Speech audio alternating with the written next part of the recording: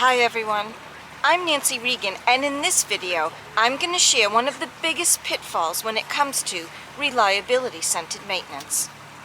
I'm in Key Largo, Florida, and we're going out for the day on a boat. And that reminds me about reliability-centered maintenance. One of the biggest problems when organizations try to implement reliability-centered maintenance is they don't understand exactly how to use the process. And it's the same when you go boating. If you're boating and you're a boat captain, you have to understand what the buoys mean.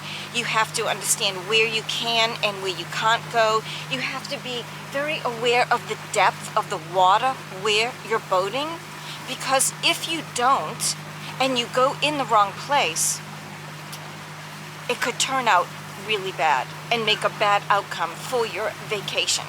Now, the same thing goes for reliability-centered maintenance. It is a common sense process, but you have to understand how to apply it properly in order to be the most successful at it. A couple of things that can really make your RCM analysis go bad or make it take longer than it should or not get the results you need is, for example, you may end up writing failure modes too vaguely or in much too detail, which can cause analysis paralysis. Another issue is that you can do reliability-centered maintenance with a team of people who don't understand the process. See, you need equipment experts to do RCM properly, but those RCM experts need to understand the RCM process itself to be able to best participate.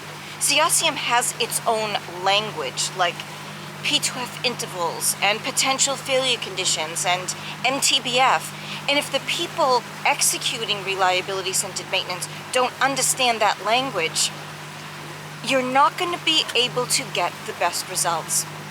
So there you have it. Just like when it comes to boating, you need an experienced captain at the wheel who understands the rules so that you keep yourself safe when you're out on the water.